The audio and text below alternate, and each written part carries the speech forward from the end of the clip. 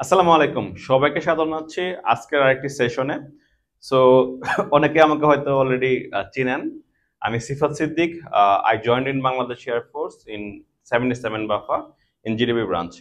So 93 বাফার circular চলছে, পরীক্ষা চলছে এবং অলরেডি অনেকে প্রিলিমিনারি সিলেক্টেড হয়ে গিয়েছে। আমাদের অনেক স্টুডেন্ট অলরেডি সিলেক্টেড হয়ে গিয়েছে। সো 93 বাফার রিলেটেড কোনো ধরনের সাজেশন, কোনো ধরনের কোনো হেল্প লাগলে এই যে হোয়াটসঅ্যাপ নাম্বারটা আছে, এই নাম্বারে নক করবেন। আমি যতটুকু সম্ভব আমার পক্ষ থেকে আমি হেল্প করার ট্রাই করবো। অলসো আমি এটা যদি বলে রাখি, এয়ারফোর্সে বা আর্মি বা নেভিতে আগে অনেক বেশি ছেলে মেয়ে, এত বেশি ছেলে মেয়ে অ্যাপ্লাই করতো না, এখন অনেক বেশি ছেলে মেয়ে অ্যাপ্লাই করে। আপনি যদি প্রিপারেশন না, যদি একটা কোর্স না করেন, আপনার জন্য চান্স পাওয়াটা অনেক কঠিন হয়ে যাবে। এটা আমি বলে রাখছি। এটা আসলে শুধুমাত্র কোর্স, আমাদের কোর্স করতে হবে এমন না। যে কোনো একটা জায়গা থেকে একটা প্রিপারেশন নেন যাতে করে আপনি একটা ভালো কিছু করতে পারেন। হ্যাঁ, আর আমাদের কোর্স রানিং আছে। এই নাম্বারে বা এই হোয়াটসঅ্যাপে নক দিয়ে আমাদের কোর্সে এনরোল করে আপনি আপনার বাফার প্রিলিমিনারি অ্যাটলিস্ট কনফার্ম করতে পারেন। আজকে আমরা কথা বলবো বাফার বা এয়ারফোর্সের এক্সামের দুইটা ভয়ের জায়গা নিয়ে, ফিজিক্স এবং ম্যাথ।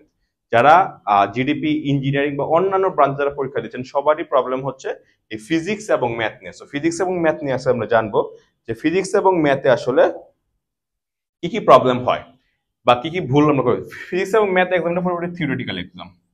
ফিজিক্স এবং ম্যাথ এক্সামটা পুরোপুরি থিওরিটিক্যাল। এখানে থিওরির উপর সব কোশ্চেন থিওরি বেসড। এখানে কোশ্চেনটা পুরোপুরি কি থিওরি বেসড, এটা থিওরিটিক্যাল এক্সাম।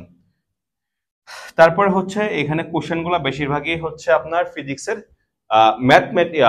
বেসিক কোশ্চেন আসে। এখানে ম্যাথমেটিক্যাল বিষয়গুলো একটু কম, খুবই কম আসে। তারপর হচ্ছে first paper. First paper based question বেশি হয়। এখানে সেকেন্ড পেপারতে কোশ্চেন নাই আসে বললেই চলে, একদমই খুব কম আসে। তারপর হচ্ছে ম্যাথ খুব বেশি একটা ইম্পর্টেন্ট। ফিজিক্সের যে বড় বড় ম্যাথ গুলো আমরা দেখি, এগুলা না আসে না, একদম আসেই না বলতে গেলে। আচ্ছা, তো এখন তাহলে কথাটা হচ্ছে কি, তাহলে আমাদের প্রবলেম গুলা কি? ফিজিক্সে আমরা তিনটা প্রবলেম ফেস করি। এক নম্বর হচ্ছে ইংলিশ ভার্সনের কোশ্চেন, আমাদের কোশ্চেন গুলা ইংলিশ ভার্সনে হচ্ছে। সেকেন্ড হচ্ছে কিছু স্পেসিফিক চ্যাপ্টার আছে, ওই চ্যাপ্টার গুলো থেকে কোশ্চেন আসে, আর বাইরে কোনো কোশ্চেন আসে না। চ্যাপ্টার গুলো জানতে হবে যখন কোন চ্যাপ্টার থেকে কোশ্চেন আসে। থার্ড প্রবলেম হচ্ছে আমরা অতিমাত্রায় ভয় পেয়ে যাই, কোনো একটা বই কিনে ফেলি। ওই বইয়ে 700-800 পৃষ্ঠার একটা বই, বিশাল বড় সিলেবাস, পড়ে শেষ করা খুবই টাফ। এগুলো পড়ে খুব বেশি একটা ভালো কিছু করাটা টাফ হয়ে যায়। এই জন্য আমি বলি ভাইয়া, ওই 3-4 হাজার 5 হাজার টাকার মায়া করা যাবে না, একটু প্রিপারেশন নেন, দেখবেন ইজিলি। শুধু আমার এখানে করতে পারবেন না, যে কোনো একটা জায়গায় প্রিপারেশন নেন, দেখবেন খুব ভালো করতে পারবেন। বিকজ এইখানে আপনাকে যারা কোর্স করাচ্ছে তারা একদম বেসিক সিলেবাসটাই পড়ায়। সো ফিজিক্সের আসলে এই জিনিসগুলোই আসে। আমি যদি একটু ম্যাথের দিকে একটু নজর দিই, বা ম্যাথে কি টাইপের কোশ্চেন আসে। ম্যাথটা খুবই ইন্টারেস্টিং একটা বিষয়।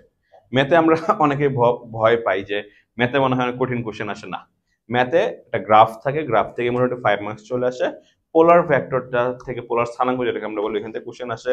সার্কেল থেকে আসে, স্ট্রেট লাইন থেকে আসে, পোলার এবং ভেক্টর থেকে কোশ্চেন আসে আর কি।